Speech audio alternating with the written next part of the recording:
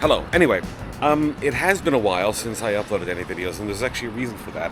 Um, as you know, that I have a full-time job, and we were finishing off this film, which really took my entire attention. And usually, because of the industry that I work in, the last thing I want to do is film stuff when I'm not working. So that project is now finished, which is good because now I have a few months before I do the next one. So I can start catching up on some videos and even do some updates. Now, there's an update that I would actually like to focus on today. You may remember, I think it was 2 months ago now, I talked about how here in Taiwan, if you have a large capacity motorcycle, meaning a bike that's over 500cc, even though 12 years ago they passed the law, it was read 3 times, they just have to sign it to allow big motorcycles on the freeway, it still hasn't been done. It's 12 years. And a lot of people are getting quite annoyed at this.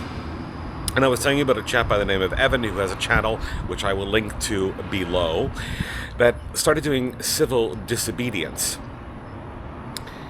And I also mentioned that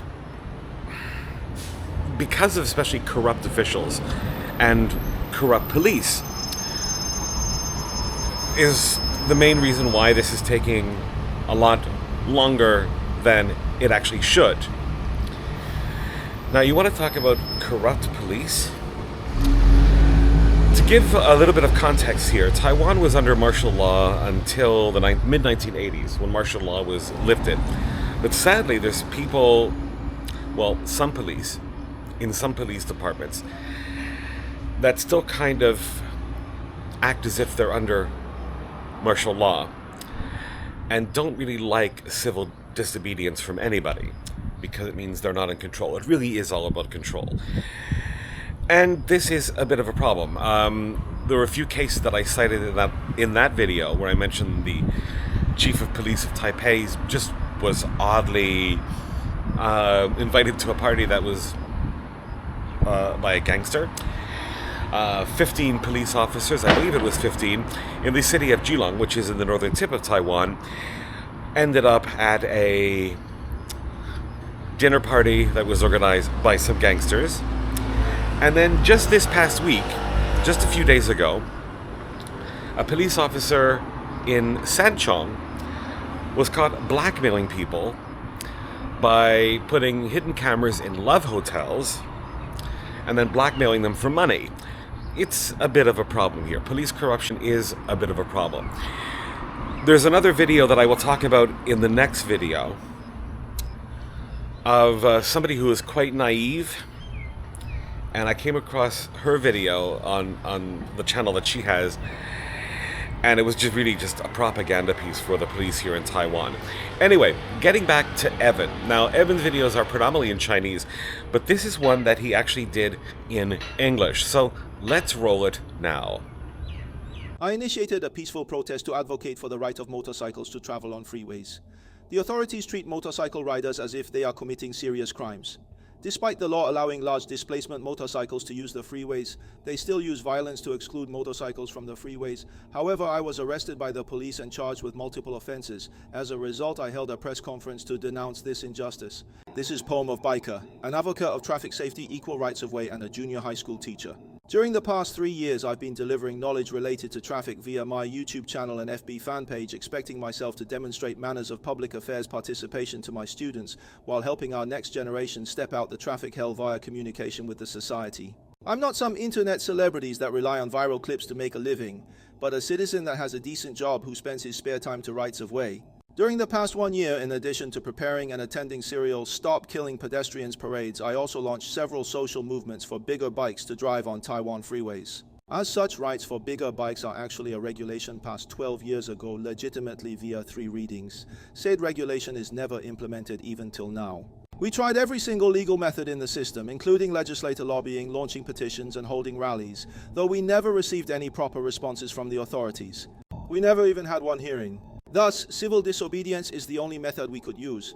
Through riding bikes on Taiwan freeways, which is against current regulations, relevant issues could be revealed while making social communication with more drivers possible, plus obtaining rights relief via constitutional and administrative litigations. However, at 6 a.m. on May the 2nd, right when I headed for work, I was arrested by 4 police officers with warrants. The reason on the warrants wasn't that I was absent for court summons, but because I was severely suspicious, as they determined that I was likely to involve in evidence suppression and collusion. Thus, they could directly arrest me without court summons. Then the police began seizing my cell phone, laptop, and hard drive right before I was escorted from Taipei to Kaohsiung. Completing my statements at the police station, finishing the detention court at Taiwan Chiaotu Dist, prosecutor's office, and adjudicated for interrogation, it was near midnight. I would like to reiterate here that even if my measures to social movements are traffic violations, I never shirk administrative duties generated from civil disobedience. All tickets from my activities were paid on time. Such activities never damage public interests or cause substantial risks. Considering that the prosecutorial offices may have concerns over infraction, I am strongly willing to cooperate with their investigation too. Nonetheless, direct arrest without court summons not only damages my reputation and rights to work, but also harms my human rights and freedom of speech. Focusing on the violation of proportionality during my investigation, I'd like to propose the following questions. To National Police Agency and the 5th Police Brigade. First, while arresting me on May the 2nd, as the incident was abrupt, I considered it necessary to collect evidence to protect myself. Why did the policeman threaten me violently, shut my camera down, and infringed my legal rights to collect evidence? Secondly, during the process of arresting and making statements, I cooperated thoroughly, though the 5th Police Brigade still used restraints on me the whole time, which was nearly 15 hours. I'd like to know, what is the basis for the 5th Brigade to use restraints on me the entire time? Could the restraints be regarded as a punishment for my protest in your area of jurisdiction?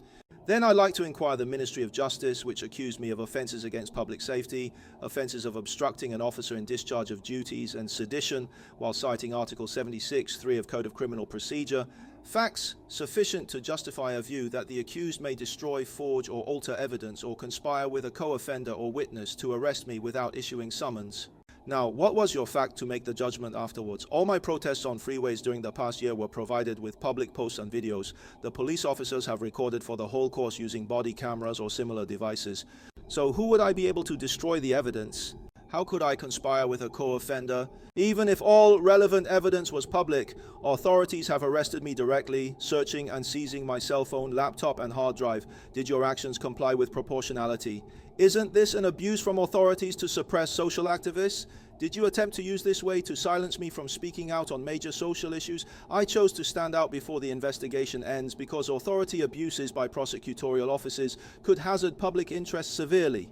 When civil society organizations conduct civil disobedience, their purposes aim at highlighting irrationalities in the system through non-violent means. Still, such organizations wouldn't disobey simply because they want to. The ultimate goals still pin at an ideal of Rechtsstaat, state of law for Taiwan people. It is precisely because the consent to the rule of law we hope that authorities may act in accordance with laws. It is also why I put my goals into action, while civil disobedience is merely one of the measures. After protests, it is necessary to fight for rights via legal means. However, currently our government dares to postpone a bill for 12 years after passing it, and when citizens object via civil disobedience, their deeds become major crimes. They are arrested once they go out. Their laptops, cell phones are seized. Not to mention their private conversations in messaging apps are all listed as evidence for their crimes. Why, isn't this the same as the period of martial law, having the public bathe in fear? What concerns me the most isn't my judicial trial to take place in the future. Rather, I won't be the last activist to be treated this way. Moreover, as a teacher, how do I tell my students that social progress requires active participation of every citizen? Or am I supposed to tell them that protecting themselves from offending the government is the wise choice? Lastly, I herein appeal sincerely to the Ministry of Justice and the National Police Agency. Please explain to citizens of Taiwan, upon reaching 37 years after the martial law was lifted, how could the laws established to bring justice to people become the torture instrument to persecute our freedom of speech?